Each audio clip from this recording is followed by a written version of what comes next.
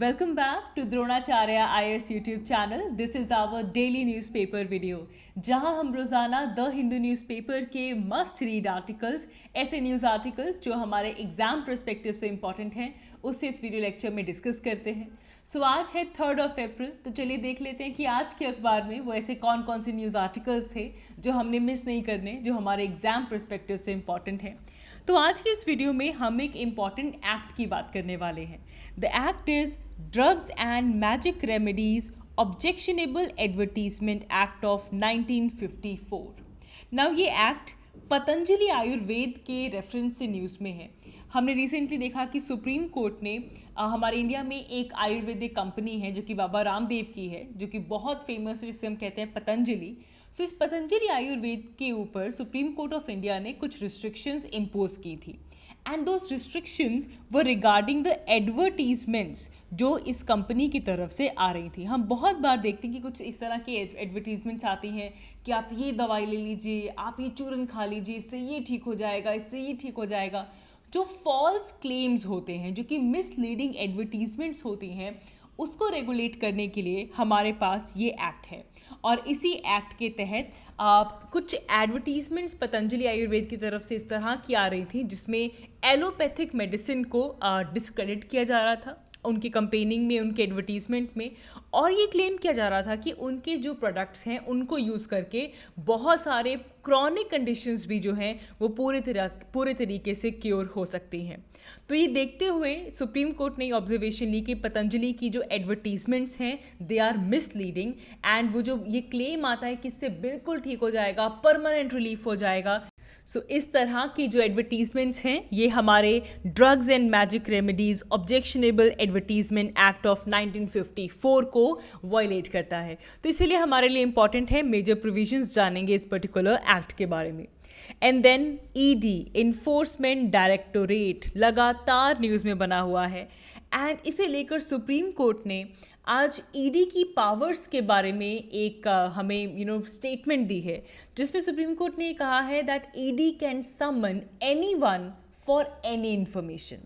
ना यहाँ से ईडी की जो पावर है उसे एक नया बूस्ट दे दिया है सुप्रीम कोर्ट ने, ये कहते हुए that ED can summon anyone for any information.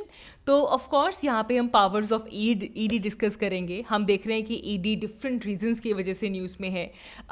अगर हम बीते कुछ हफ्ते छोड़ दें तो इससे पहले तमिलनाडु गवर्नमेंट और ईडी के बीच में क्लैश चल रहा था, जिसकी वजह से ईडी की जुरिस्डिक्शन के ऊपर एक क्वेश्चन उठाया जा रहा था, एंड उसी के रिलेशन में सुप्रीम कोर्ट ने स्टेटमेंट दी है। और बीते दिनों में हमने देखा कि दिल्ली के चीफ मिनिस्टर अरविंद केजरीवाल जी को अरेस्ट किया गया by the ED only. So ED the agency of India, one of the most important investigating agency, वो काफ़ी न्यूज़ में है। तो इसे लेकर हमारे पास सुप्रीम कोर्ट ने एक बड़ी स्टेटमेंट दे दी है।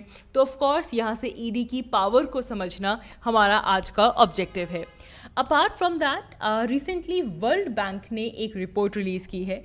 The name of the report is job for resilience report.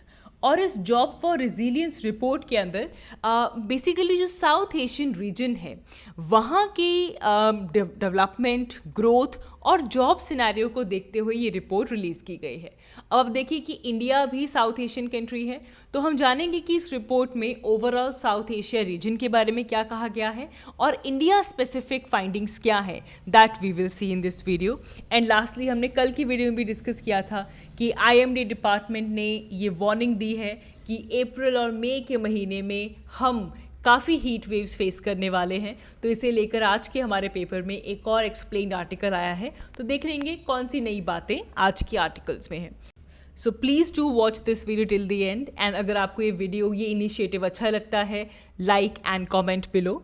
तो चलिए शुरुआत करते हैं हमारे आज के पहले आर्टिकल के साथ, जहां हम सबसे पहले वर्ल्ड बैंक की रिपोर्ट ही डिस्कस कर लेते हैं। वेल, आज के पेपर में आप देखिए हेडलाइन तो ये है, इंडिया रिस्किंग डेमोग्राफिक डिविडेंड। ठीक है, अब जान लेते हैं कि स्टेप बाय स्टेप अनफोल्ड करते हैं कि इस रिपोर्ट ने क्या इंडिकेट किया है। सबसे पहले हम जिस रिपोर्ट की बात कर रहे हैं वो रिलीज़ की है वर्ल्ड बैंक ने, और इस रिपोर्ट का नाम है जॉब फॉर रेजिलियंस रिपोर्ट। ठीक है, job for resilience, world bank ने इसे पब्लिश किया है। एंड इसमें एक चीज़ की बात की जा रही है जहाँ पे पूरे साउथ एशियन एरिया को हम इस रिपोर्ट में टारगेट किया गया है, इंक्लूडिंग इंडिया। और एक बड़ी चीज़ ये कही गई है कि इंडिया और साउथ एशियन रीजन की जो डेमोग्राफिक डिविडेंड है, जिसे कि इकोनॉमी में एक बहुत बड़ी पावर के तौर पे देखा जाता है, India and overall south Asian region is not making use of the demographic dividend. ये एक बड़ी फाइंडिंग, एक बड़ा एरिया जिसके ऊपर इसे रिफ्लेक्ट किया गया है, that is about that we are not making use of the demographic dividend. अच्छा, अब इसमें यह भी कहा गया है कि अगर आप देखो कि साउथ एशियन रीजन में जिस तरह वर्किंग पॉपुलेशन जो है, जो वर्किंग एज की पॉपुलेशन में जिस तरह की ग्रोथ आ रही है, सेम लेवल पे जॉब क्रिएशन कंट्रीज में नहीं हुई है। तो मतलब जितना तो वर्किंग एज की पॉपुलेशन के अंदर नंबर्स बढ़े, जितनी ग्रोथ आई, लेकिन उतनी ग्रोथ नई जॉब्स की क्रिएशन में नहीं आई है। एंड इवन ये भी कहा गया है कि अगर हम पूरे साउथ एशियन रीजन की ग्रोथ देखें तो तकरीबन 6.0 to 6.1% की जो ग्रोथ है वो प्रोजेक्टेड है for the year of 2024 to 25।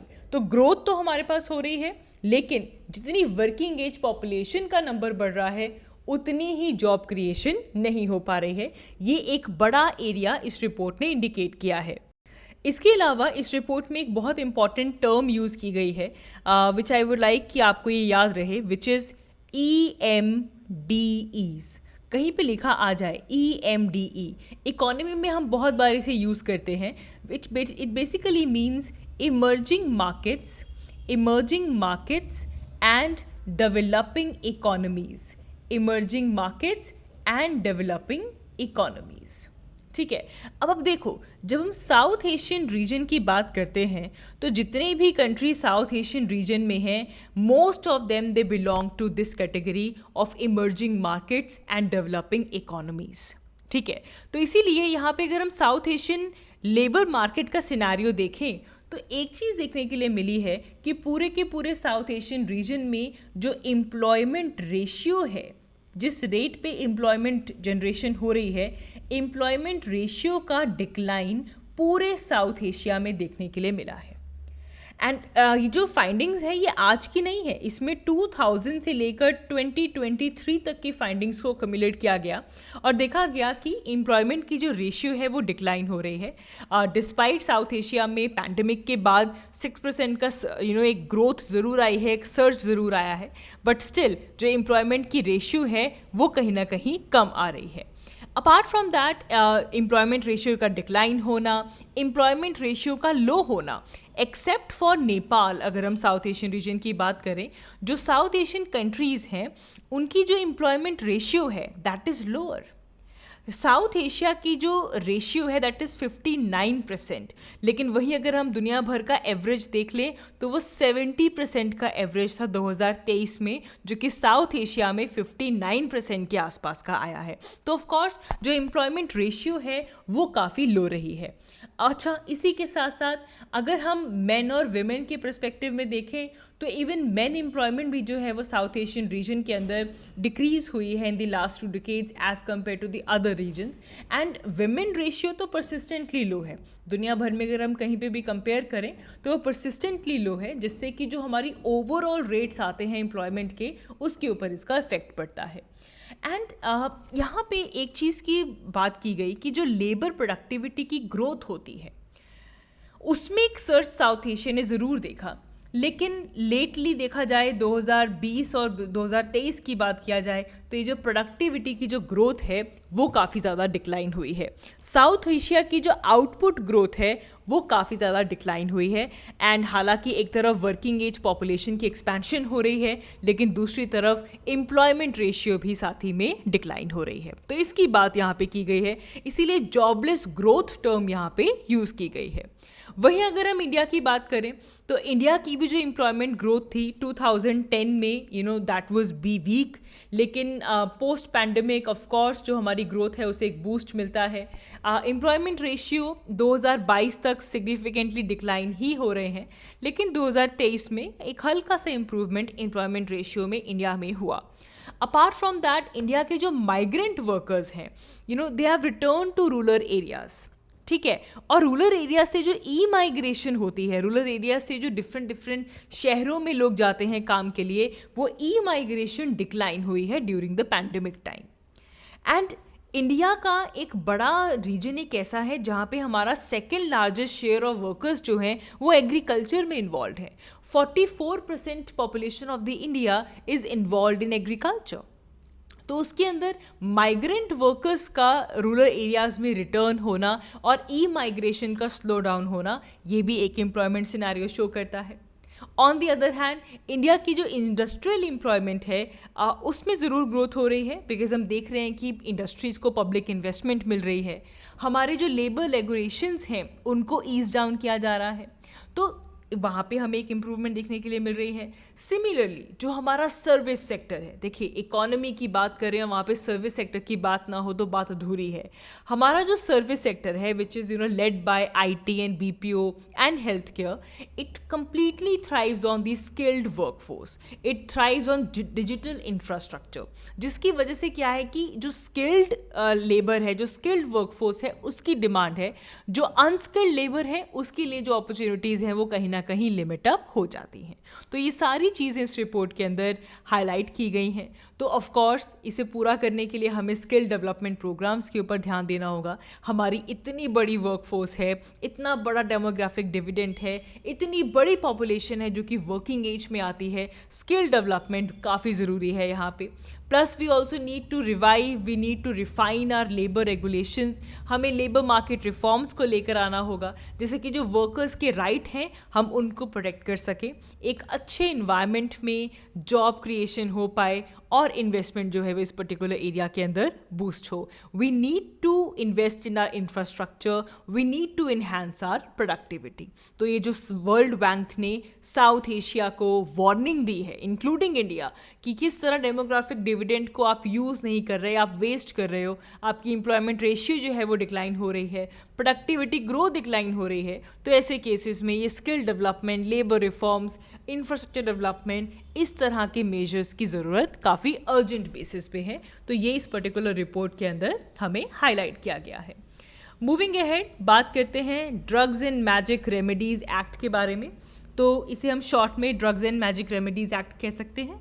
पूरा नाम आपके सामने है, which is drugs and magic remedies objectionable advertisement act of 1954, जिसमें पतंजलि आयुर्वेदा, बाबा रामदेव की जो आयुर्वेदिक कंपनी है, इसके ऊपर रिस्ट्रिक्शंस लगाई गई हैं जो एडवर्टीजमेंट्स यहाँ से आ रही थी।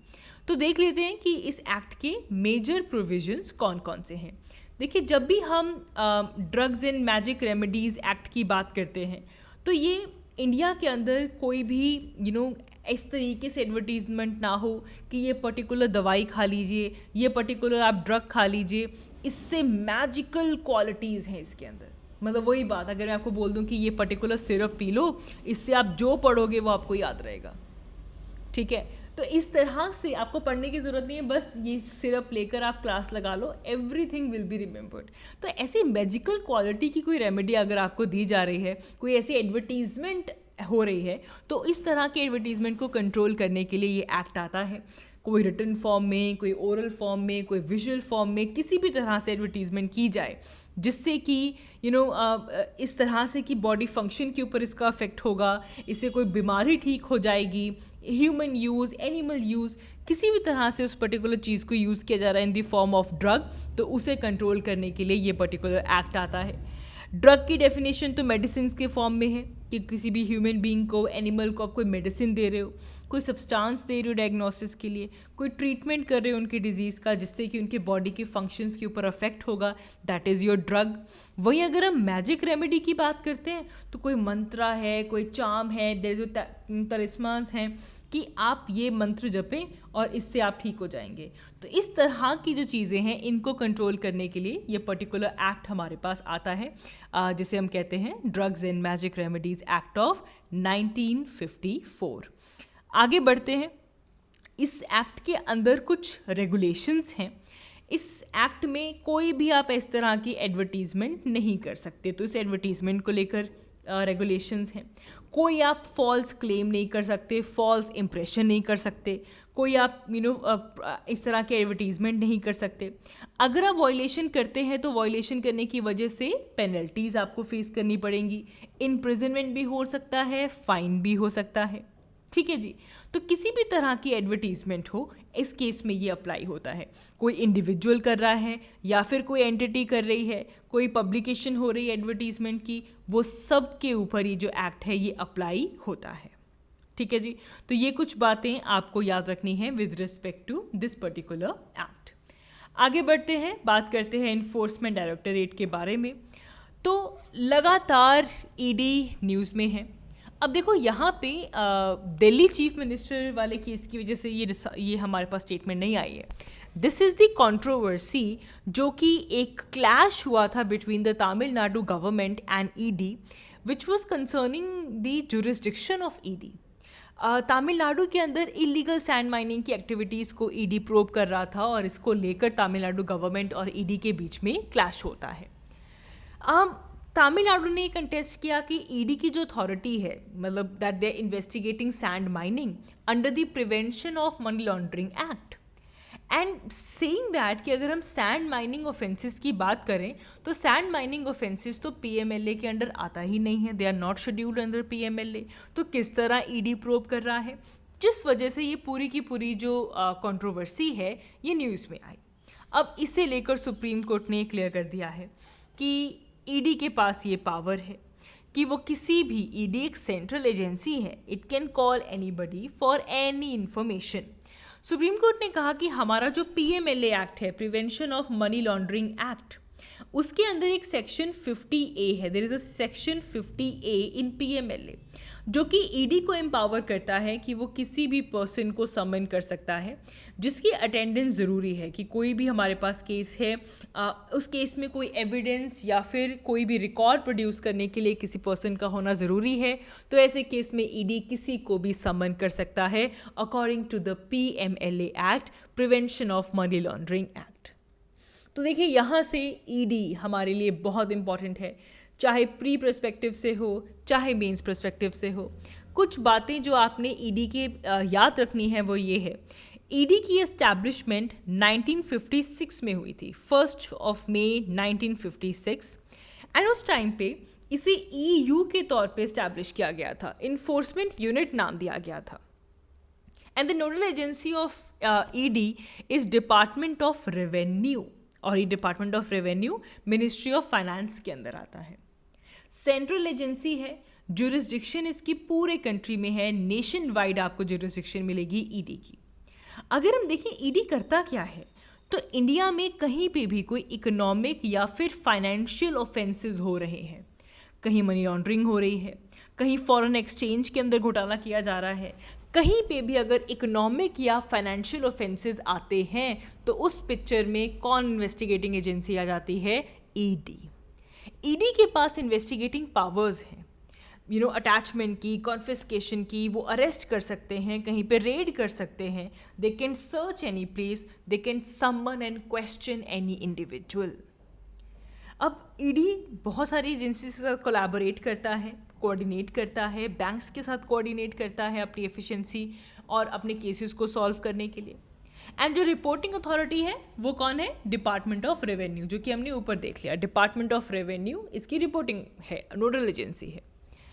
कहीं पे भी करप्शन की इन्वेस्टिगेशन आती है कि भाई यहाँ पे करप्शन हो रही है, तो करप्शन के लिए ईडी के अंदर एक सेपरेट डिवीजन है जिसे कहा जाता है इकोनॉमिक ऑफेंसेस डिवीजन, जो कि करप्शन की इन्वेस्टिगेशंस को देखता है। बहुत सारे केसेस, विजय माल्या का जो केस था वो ईडी के थ्रू था, पीएनबी फ्रॉड केस यहाँ पे था, फिर आपको याद होगा एक वीवीआईपी चॉपर स्कैम था, वो इसके अंडर था। एंड इवन इंटरनेशनली भी अगर कोई क्रॉस बॉर्डर इन्वेस्टिगेशन करनी है इकोनॉमिक या फाइनेंशियल क्राइम्स की, चाहे वो इंटरपोल हो या फिर एफएटीएफ हो, उसके अंदर भी ईडी के साथ ही कोलैबोरेट किया जाता है। कहीं पे इकोनॉमिक ऑफेंसेस की बात आ जाए, it means ED, as simple as that. Regular reports ministry of finance को जाती हैं, या फिर कहीं पे कोई जुडिशरी को देना है, जुडिशरी को, गवर्नमेंट बॉडी को प्रेजेंट करना है तो गवर्नमेंट बॉडी को। These are some of the few details about ED. अब ये देखो कि लीगली ईडी के पास अथॉरिटी कहाँ से आती है। बहुत सारे एक्ट्स हैं। अभी तो जैसे इस वीडियो में हमने पीएमएलए की बात की, prevention of money laundering act. Simply India में मनी लॉन्ड्रिंग को प्रिवेंट करने के लिए पीएमएलए आता है, और पीएमएलए ईडी को ये पावर देता है कि ईडी इन्वेस्टिगेट कर सकता है, एसेट्स को ट्रेस कर सकता है जिससे कि ये क्राइम किया गया हो, प्रॉपर्टीज़ को अटैच कर सकता है। मतलब मनी लॉन्ड्रिंग के केस में किसके पास पावर है? ईडी के पास पावर है। ये दिख गया हमें। अच्छा, फिर हमारे पास एक एक्ट था, conservation of foreign exchange and prevention of smugglings act, COFEPOSA act कहते हैं 1974 का। इसमें प्रिवेंटिव डिटेंशन तक किया जा सकता है related to the contraventions of FEMA, which is foreign exchange management act of 1999, जिसमें फॉरेन एक्सचेंज के जो लॉज हैं, जो रेगुलेशंस हैं, उनकी कोई छेड़खानी ना करे, उन्हें कोई वायलेट ना करे, तो उसको लेकर आता है फॉरेन एक्सचेंज मैनेजमेंट एक्ट। उसके अंडर पावर आती है ईडी के पास। Then there is FEOA, which is fugitive economic offenders act. FEOA के केस में कोई फ्यूजिटिव इकोनॉमिक ऑफेंडर है जो कि इंडिया से भाग गया है लीगल प्रोसेसेस से बचने के लिए, तो उनकी प्रॉपर्टीज़ को अटैच करना, कॉन्फिस्केट करना, that power is also with ED. तो ये सारे एक्ट्स जो हैं, COFEPOSA, FEMA, PMLA, fugitive economic offenders act, ये कुछ ऐसे मेन एक्ट्स हैं जो कि ईडी को लीगल अथॉरिटी देते हैं। और आज जो हम कह रहे हैं कि to someone anyone for any information, that power is given by PMLA. ठीक है जी, तो ये है कुछ एक idea with respect to ED. Lastly बात करते हैं हीट वेव्स की। हमने कल की वीडियो में भी डिस्कशन की थी बहुत डिटेल में। देखा था कि हमारे IMD डिपार्टमेंट ने ये अनाउंस किया कि इंडिया के अंदर अबव एवरेज हीट वेव्स जो हैं वो आने वाली हैं, और इससे इंडिया का जो मेजर एरिया है, चाहे सदर्न एरिया हो, सेंट्रल इंडिया हो, ईस्टर्न, नॉर्थ वेस्टर्न रीजन, ये सब इसकी चपेट में आने वाला है। अच्छा, अब बहुत सारे फैक्टर्स हैं। एक देखो, हमने कुछ बीते दिनों हमने बात की थी कि इंडिया की जो हाइड्रो इलेक्ट्रिसिटी आउटपुट है वो लगातार डिक्लाइन हो रही है। एटलीस्ट इन लास्ट 38 ईयर्स जो हाइड्रो इलेक्ट्रिसिटी आउटपुट है वो स्टीपेस्ट पेस में जो है वो फेल की है। हाइड्रो इलेक्ट्रिक आउटपुट कम रहने वाली है आने वाले टाइम में। कह रहे हैं कि बारिश कम होगी, हो सकती है एल नीनो का असर हो सकता है। तो अगर हाइड्रो इलेक्ट्रिसिटी की जनरेशन कम होगी तो हम अपनी एनर्जी डिमांड को कैसे पूरा करेंगे? बाय कोल। ठीक है, थर्मल एनर्जी से पूरा करेंगे। कोल के ऊपर हमारी डिपेंडेंस बढ़ जाएगी। एक तरफ हमारी कमिटमेंट है, हमारा NDC है, नेशनल डिटरमाइंड कंट्रीब्यूशन है पेरिस एग्रीमेंट के अंडर, जिसमें हम ये प्रॉमिस करते हैं कि हम हमारी एमिशन की जो इंटेंसिटी है उसे रिड्यूस करेंगे। 2030 तक हमारी GDP की 45% तक एमिशन इंटेंसिटी हम कम कर देंगे। लेकिन दूसरी तरफ बढ़ती हुई गर्मी और इस चैलेंज की वजह से हमारी कोल डिपेंडेंस भी बढ़ने वाली है। ये एक पर्सपेक्टिव मैं आपको दिखाना चाहती थी। एल नीनो है, एल नीनो इवेंट की वजह से हम जानते हैं कि रेनफॉल कम हो जाती है और गर्मी बढ़ जाती है इंडिया में। एंड एक जो मॉडरेट एल नीनो कंडीशंस हैं वो अभी भी परसिस्ट कर रही हैं इक्वेटोरियल पैसिफिक एरिया में। अब एल नीनो की वजह से क्या होता है कि जो हीट का रीडिस्ट्रीब्यूशन है ना वो पूरा बिगड़ जाता है, जिससे एयर फ्लो बिगड़ जाती है। ओशन से जो सी की तरफ एयर फ्लो आता है उसमें डिस्टर्बेंस आ जाती है। और हमने देखा भी इस साल का, अगर आप जनवरी मंथ देखो, January of 2024 it was warmest. अगर हम पिछले 175 ईयर्स में देखें तो इस साल का जनवरी मंथ सबसे ज़्यादा गर्म था। Again El Nino. ठीक है, हालांकि कहा जा रहा है कि आने वाले सीजन में एल नीनो थोड़ा वीकन अप होने वाला है और पॉसिबिलिटी है कि ला नीना डेवलप होगा। La Nina is friend of India, La Nina is friend of our monsoon. La Nina आता है तो इंडिया में, साउथ एशिया में जो रेनफॉल की इंटेंसिटी है वो बढ़ जाएगी। लेकिन एज ऑफ नाउ जो इफ़ेक्ट्स हैं एल नीनो के वो परसिस्ट करने वाले हैं। तो ये सब देखते हुए इलेक्शन कमीशन ने भी हिदायतें दी हैं कि हीट वेव्स को देखते हुए वोटिंग के दौरान जब हम जाएंगे, we can carry a water bottle, we can protect ourselves from the direct sunlight. तो बहुत से ऐसे इंडिकेशंस इलेक्शन कमीशन ने इसे देखते हुए लिए हैं। तो mainly I wanted you to relate कि अगर हीट वेव आने वाली है तो हाइड्रो इलेक्ट्रिसिटी आउटपुट के साथ आप इस चीज़ को रिलेट करें और इससे आप ग्रीन हाउस गैस इमिशन तक इस पूरी चीज़ को लेकर जाएं। So that is all for this video. आज की इस वीडियो के लिए इतना ही। Thank you so much for watching and if you like this video please do like and comment below. I will see you all in my next one. Thank you so much.